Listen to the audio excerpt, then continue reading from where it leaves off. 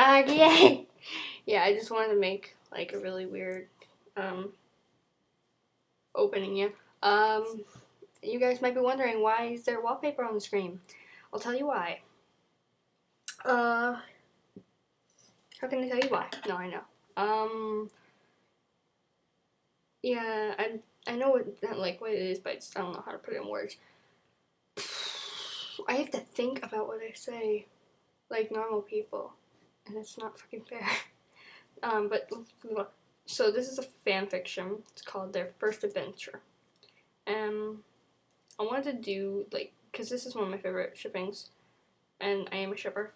I said so many times, and it's only 53 seconds into the thing. It's pretty long. And it's only chapter 1, but I read a little bit of it, and I like it a lot. So, yeah. If you guys like it, leave a like and a comment, saying at the end. Yeah. Alright, let's go. The First Adventure, Chapter 1, the beginning. 12 years in the past. Derpy Whooves hid underneath the blue blankets of her bed, fighting against the tears that were demanding to be free. She had just come back from her school, where she had spent the day being ridiculed from her fellow students, and all because of her eyes. The young gray Pegasus had a strange habit of looking away from each other. I can't talk today. I'm so sorry, you guys. The young gray Pegasus's eyes had a strange habit of looking away from each other, which, as one classmate had put it, made her look weird. It also didn't help that when her eyes does this, the depth perception gets mumbled up, making her bump into things or tripping over something. Because of these incidents, the other ponies have been calling her names like Googly Eyes or Ditsy Doo, not caring whether she was in earshot or not. Suddenly there was a knock at the bedroom door. "Derpy, dear, is everything all right?" asked her mother's gentle voice. Derpy pulled the blanket tight around herself. Go away. I just want to be alone." "Come on now, dear, let me in," her mother cooed her. "I got muffins." At that one word, the gray Pegasus lifted her head slightly, peeking at the door through the sheets. "Are they chocolate chip?" "Of course." There was a moment of silence as Derpy took a moment to consider whether she was sad enough to say no to her favorite food. She wasn't. "You can come in," she said mournfully. The bedroom door opened, revealing an older gray Pegasus with a long gold mane, wearing a pink apron, carrying a plate of muffins in her mouth. Putting the plate on the nightstand, she took a seat next to the massive blankets. Intermission. "Now, dear, do you want to tell me why you're crying?" The filly beneath the blankets didn't answer her mother. Instead, she quickly took one of the muffins from the plate and slowly nibbled on it. "Did something happen at school?" Once again, Derpy remained silent. "Were they calling you names again?" There was a sudden sniffle, then a part of the blanket began to move up and down. "They called me Googly Eyes." "Oh, my poor baby," her mother said, wrapping her arm around her blanket-covered daughter. "It's okay." "No, it's not," Derpy cried as she presses her head against her mother's neck. "Everyone makes fun of me and calls me a freak because of these stupid eyes of mine. I hate my eyes and I hate my life." "Now you listen here, dappling sapling hooves," her mother said in a stern voice, pulling her daughter away and looking in her eyes. The world will not always be fair, and you will be mean ponies who are mean and selfish, but I promise you, you will find ponies who will accept you for who you are. Because unlike the ones at school, they see past your eyes and see the kind-hearted and fun-loving little girl that I know and love."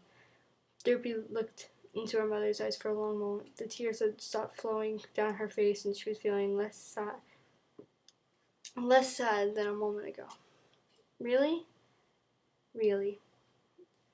Hey, Mom. Yes, dear? Do you think a boy will see me that way too? At the mention of the word boy, her mother's eyes widened to the size of saucers. Um, oh, maybe, dear. Why do you ask? I just want to know if I'll ever have a husband when I grow up. Derpy asked, not realizing the conversation was making her mother somewhat uncomfortable. I'm sure you will, honey. I'm sure. I'm sure he will love you just as much as I love you.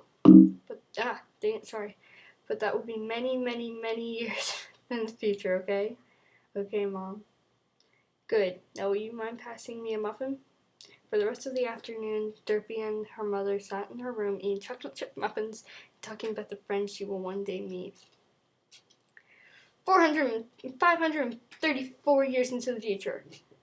In that exact moment.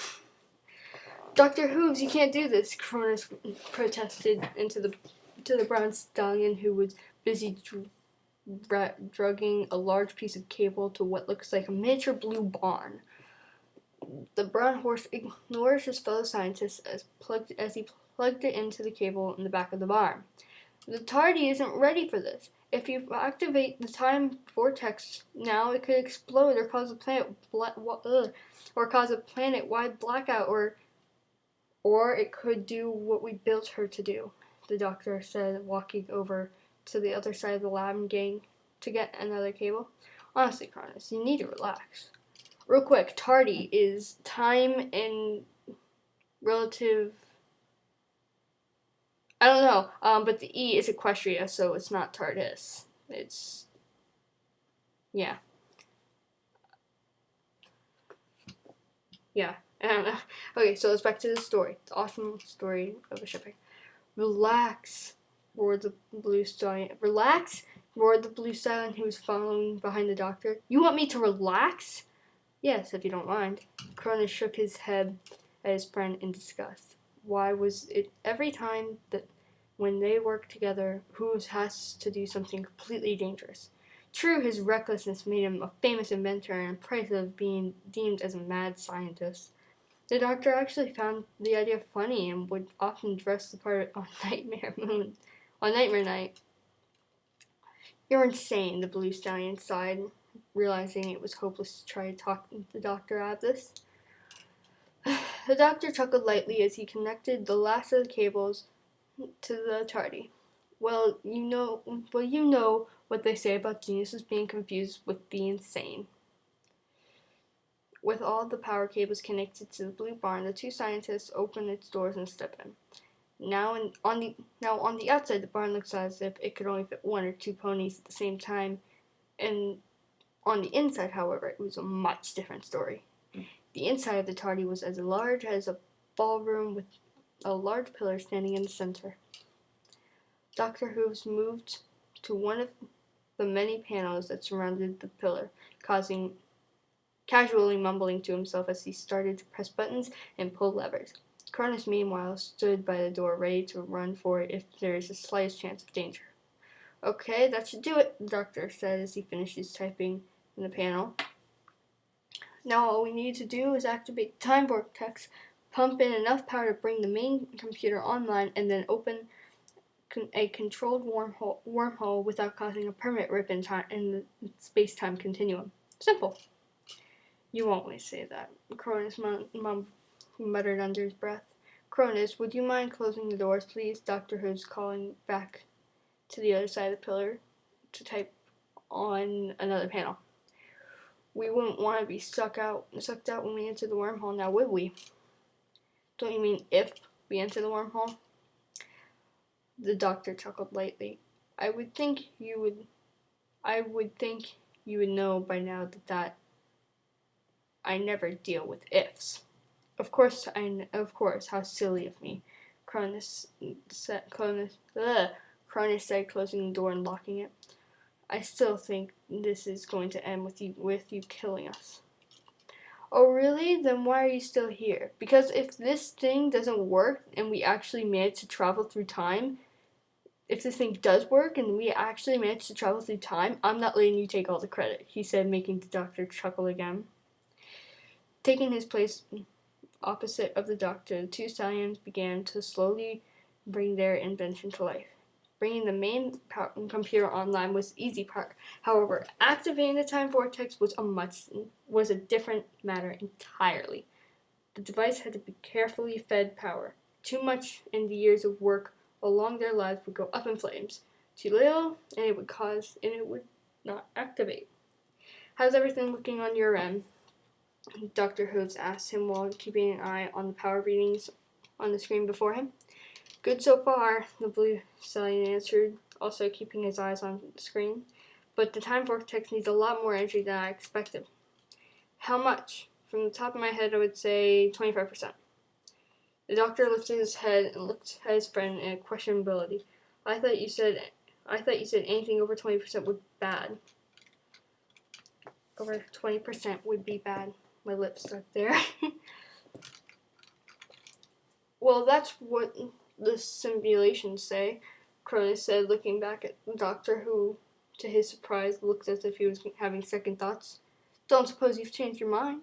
Dr. Whooves looked at the blue stallion and stared at him with questioning eyes. The doubt must be shown. He looked as he turned his attention back to the screen before him. Truth be told, he had doubt about going through with this since he came to the lab and found Cronus going over the TARDIE's blueprints. His original plan was to try and activate the machine by himself. That way, if by a small chance it did explode, his life would be the only one in danger. That plan has since flown out the window. Not that Cronus has decided to stay, then leave, like most would have done. I'm beginning to rub off on him. The image of the blue stallion wearing the doctor's red bow tie would have brought a smile to his face if he was trying to decide whether he should go with this and potentially suicidal plan. Whooves? Dr. Cronus snapped the doctor through his mental escapade. Alright. Well, are we going to do this or not? The brown stallion looks from his friend to the screen, then back to Cronus.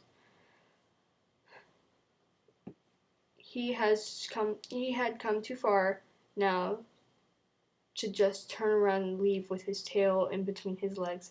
But if something did happen, no. He thought, giving his head a quick shake to clear his mind of the doubt.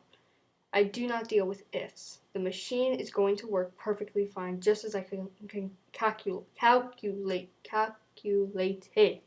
he thought. With that, the doctor gave Cronus one of his cocky smiles. Of course we are, he said with his usually cheery voice. Cronus gave a small smile. I just realized I'm not giving him any British accent. Of course we are, he said in his usually cheery voice. Cronus gave a small sigh. He was hoping the doctor would have second thoughts and stop the test, but he should have known better.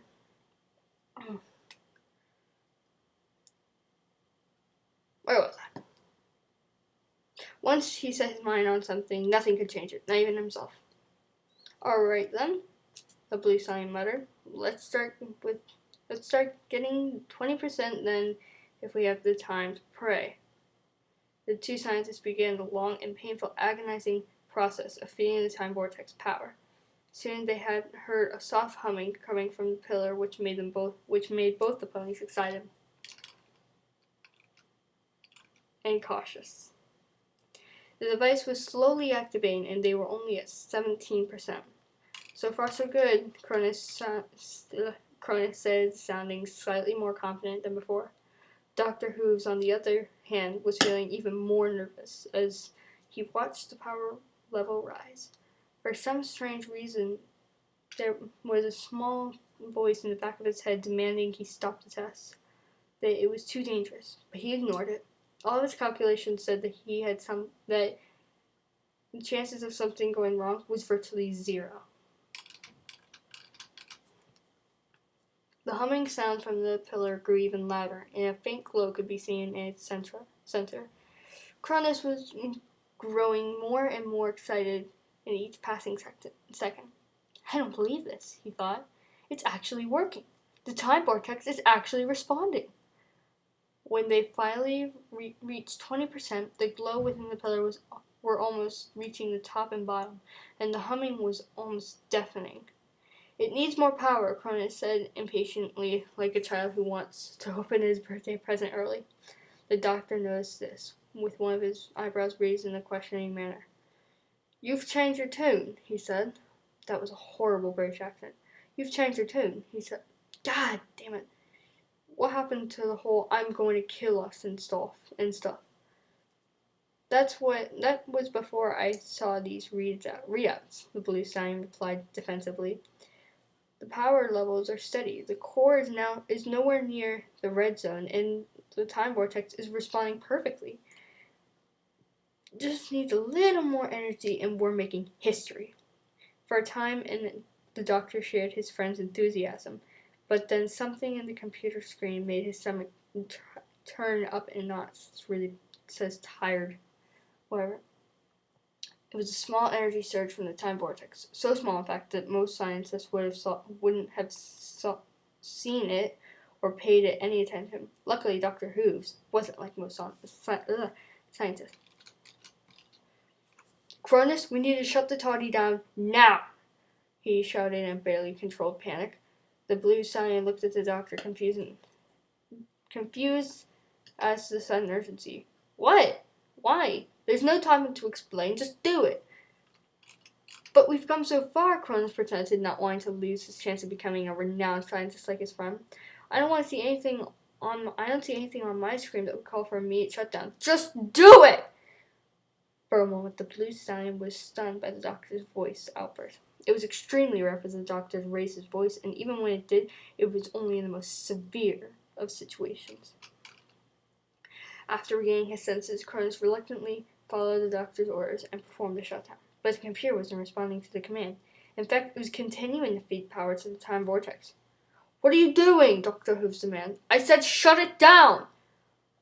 I'm trying, but the computer isn't responding. Blast it, the doctor cursed, slamming his hooves on the panel. This is what I was afraid of. Even though he had performed extensive research on the device, there was still a great deal that they did not know about or what would happen. If it was given too much power, what would happen? He looked at the screen to find the power levels had reached 28% and rising. If he didn't think of something soon, everything in 15 miles radius would be reduced to a very large, smoking hole in the ground. Cronus was also rattling his brain for a way to shut down the machine. Suddenly, the blue stallion thought of the cables the doctor had plugged in and started all of this madness. If we can't shut it on the inside, then maybe we can shut it out on the outside, he thought. With that, Cronus ran towards the entrance at top speed, not even bothering to let the doctor in on his plan. Cronus, wait, the doctor said. Where do you think you're going? I'm going to pull the plug, he called back. Dr. Whooves was confused for a moment, but his eyes widened in realization.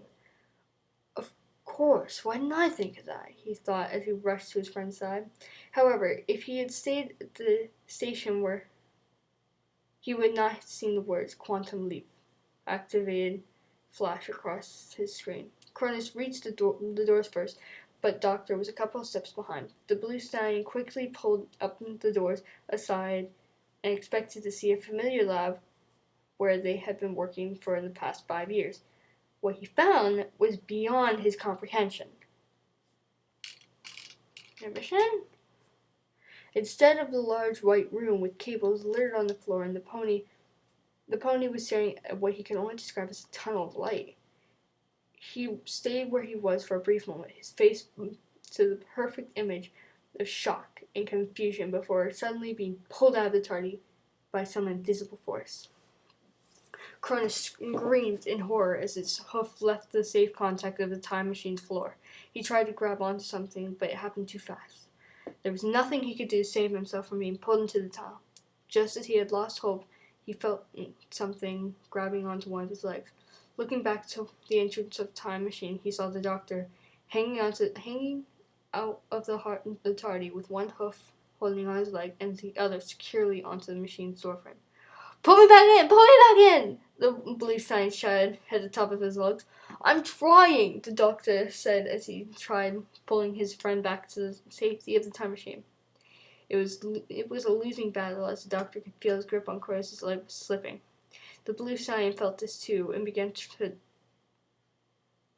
twist and turn, T-R-Y-S-T, twist and turn in the hope of getting a grip on the doctor's arm, and with his own forehoofs. This, however, only caused the chestnut brown stallion's grip to become even looser. "Real quick, why would you move? I would be stiff as a stick." That's what she said. "Cronus, stop moving around. You're making me lose my grip," Dr. Whooves said, out, though whether he heard him or not. Really, this person has really bad grammar, but it's a really good story. Dr. Whooves called out, though whether he heard him or not, he could not say, as the fellow scientist was begging him not to let go.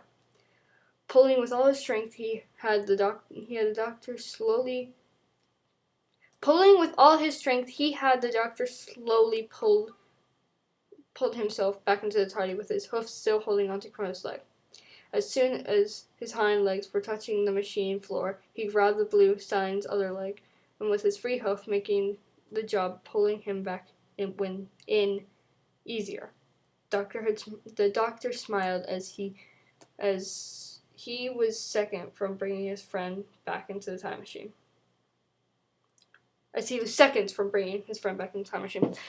"Don't worry, Cronus, I've got you," he said, pulling with all his might. But just as he had half of the blue stallion's body through the doorframe, disaster struck. Out of nowhere, a sudden bolt of energy crushed against the time machine with enough force to knock the doctor off his hooves. For a brief moment, he could only see the Cronus' eyes widen in horror as the hoofs that were keeping him from flying into the abyss were suddenly gone. The last thing he saw of his friend was him reaching out for the doorframes, calling out his name, and being sucked out of the time machine.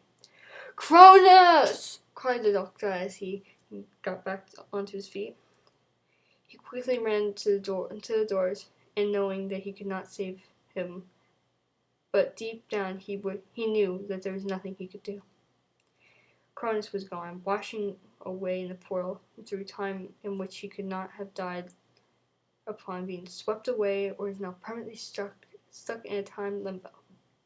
For a moment, the doctor stood by the door, looking out into the tunnel, trying to come up with a plan to save his friend from a fate that could very well be worse than death. Dearth. That's what they type, but it's death. But nothing came to him. Here was the great, brilliant Dr. Whooves, the pony who everyone called the smartest pony who ever lived. Yet for the first time in his life, he didn't know what to do. That ends part 1. This was 23 minutes long. Holy shit, this is gonna take a long time to load. Sorry for the mess ups. I really am. But yeah, comment, like, subscribe, all that good stuff. This is a really good story. The grammar could definitely use some work, but it's not too bad. And I don't know what that was. I'll see you guys later. Bye.